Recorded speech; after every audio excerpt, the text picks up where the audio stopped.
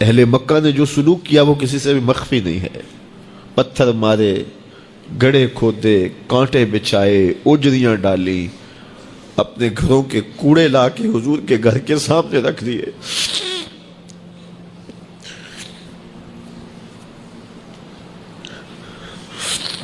یہ کس چیز کی سزا دے رہے تھے میرے حضور کو؟ میرے حضور علیہ السلام نے پھر طائف کا سفر کیا کہ شاید وہ لوگ میری بات کو سن لیں،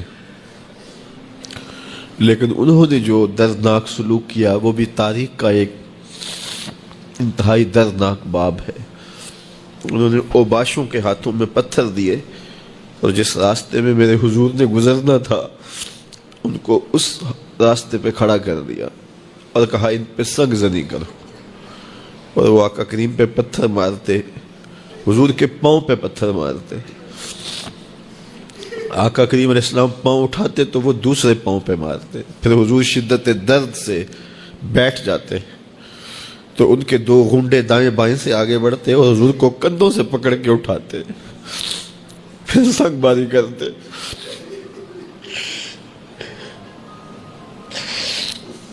نالین حضور کے خون سے بھر گئے. عذاب کے فرشتے حضور کے پاس آئے کہ اگر آپ بد دعا بول دیں تو ابھی ہم ان پہاڑوں کو جوڑ دیتے ہیں اور یہ طائف کے لوگ پس جائیں گے ان پہاڑوں کے درمیان. آسمان سے پتھر اتریں گے، ان کے سر کچل دیے جائیں جنہوں نے آپ کو دکھ دیے.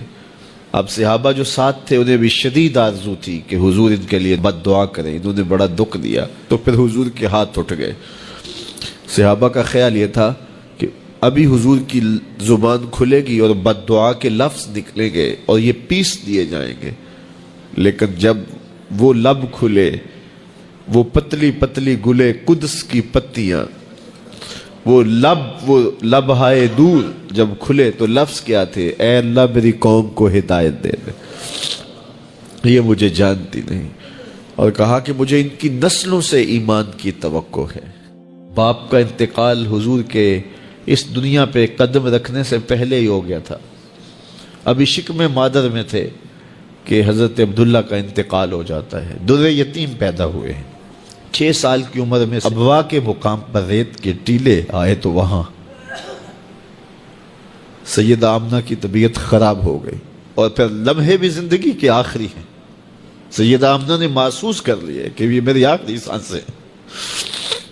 سیدہ پاک نے حضور کے سر پہ ہاتھ رکھا اور روتے ہوئے کہا کہ بیٹا ہر نئی چیز نے پرانا ہو جانا ہے، ہر باقی نے فنا ہو جانا ہے. میں بھی جا رہی ہوں، وَذِكْرَ بَاق وَوَلَدْتُ طُهْرًا، لیکن میرا ذکر نہیں مٹے گا اس لیے کہ تیرے جیسا ستھرا بیٹا چھوڑ کے جا رہے ہیں. یہ آخری لفظ تھے سیدہ پاک کے کہ سیدہ آمنہ سلام اللہ علیہا کا انتقال ہو گیا. خیر حضور ماں سے لپٹ گئے. امی آپ آگے بولتی نہیں ہیں، لیکن خاموش ہو گیا تھا چمن بولتا. حضور نے وہیں پھر اپنی ماں کی تدفین کی. تدفین کے بعد ام ایمن کے ساتھ سواری پر بیٹھ جاتے ہیں اور چمٹ جاتے ہیں ام ایمن کے ساتھ، اور وہ جا کے حضرت عبد المطلب کے سپرد کر دیتی ہیں. تو حضرت عبد المطلب حضور کو آغوش میں لے کے بڑا روئے اور ام ایمن سے کہا کہ میرے اس بیٹے کا تم نے خاص خیال رکھنا ہے. اور پھر انہوں نے اتنا خیال رکھا کہ میرے حضور فرمایا کرتے تھے ام ایمن میری ماں کے بعد میری ماں ہے. 2 سال کے بعد حضرت عبد المطلب کا بھی انتقال ہو گیا. ابن حشام کے یہ لفظ سینہ چیرتے ہیں کہ جب امیر قریش کا جنازہ اٹھا تو سارا مکہ جنازے کے لیے امڑ آیا، لیکن لوگوں نے 8 سال کے ایک بچے کو دیکھا جو دیواروں سے لپٹ لپٹ کے رو رہا تھا. آج یہ سہارا بچھن گیا تھا. پھر چچا کی کفالت میں آئے.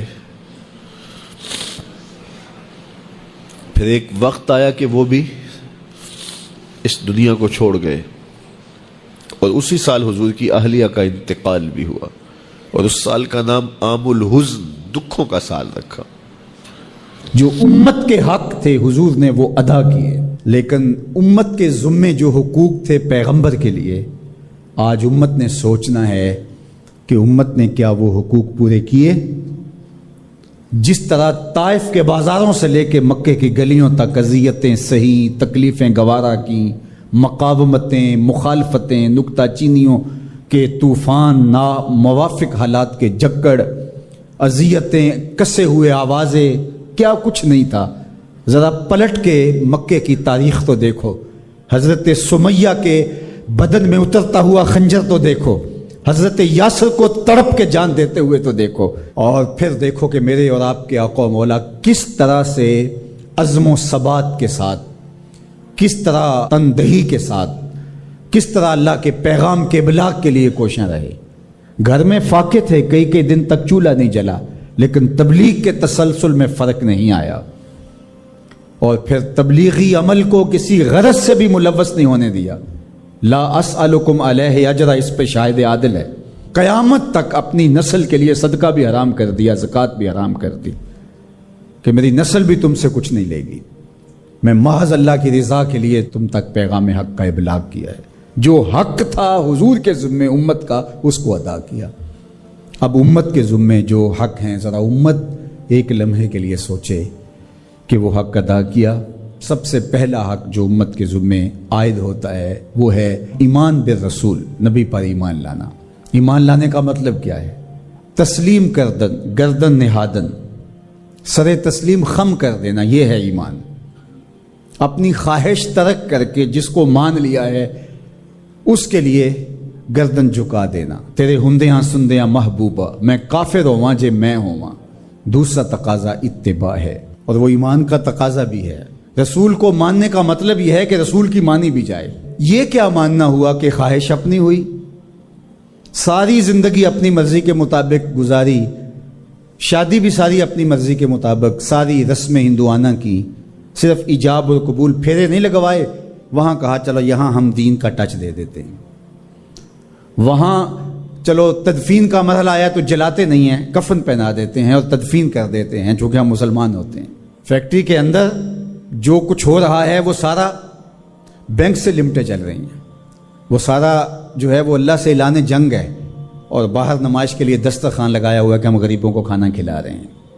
یہ دھوکہ تم اپنے ساتھ کر رہے ہو، رب کے ساتھ نہیں کر سکتے۔ یہاں سر سے لے کر پاؤں تک آنا ہوگا، آدھا تیتر آدھا بٹیر نہیں چل سکتا۔ تو نبی کی اطاعت پھر اس میں کیا، کیوں، کیسے ممکن ہے؟ جب مان لیا تو پھر مان لیا۔ اللہ حکمت سمجھ میں آ گئی تو اچھی بات ہے، نہیں سمجھ میں آئی تو پھر بھی حکیم کا عمل حکمت سے خالی نہیں ہوتا۔ جو حکیم نے کہا اس کے پیچھے کوئی حکمت ہوگی، وہ تمہاری نظر میں ابھی نہیں آئی، کچھ وقت بعد آ جائے گی، نہ بھی آئے تو کوئی فرق نہیں۔ پھر ایمان بالغیب کس کو کہتے ہیں؟ تو اللہ اس کے رسول کی مان لینا کہ بس ہمارے ذمہ ان کا حق ہے، ان کی ماننا ہمارا حق ہے، اطاعت ہمارا حق ہے، تو بس یہ کافی ہے۔ اب صحابہ کی زندگیاں دیکھ لیجیے، انہیں حکمت نہیں پوچھی۔ حضور خطبہ دے رہے ہیں اور فرمایا لوگوں بیٹھ جاؤ، یہ باہر رش ہو رہا ہے نا سامنے، تو فرمایا بیٹھ جاؤ۔ حضور کی آواز بلند تھی، بنو غنم میں صحابی آ رہے تھے، وہ وہیں بیٹھ گئے۔ اللہ اکبر۔ کسی نے کہا تم یہاں بیٹھے ہو، کہ حضور نے کہہ دیا اور بیٹھ گئے۔ اللہ اکبر۔ تو یہ ہے اطاعت، یہ ہے فرما برداری، یہ ہے زندگی کا جمال۔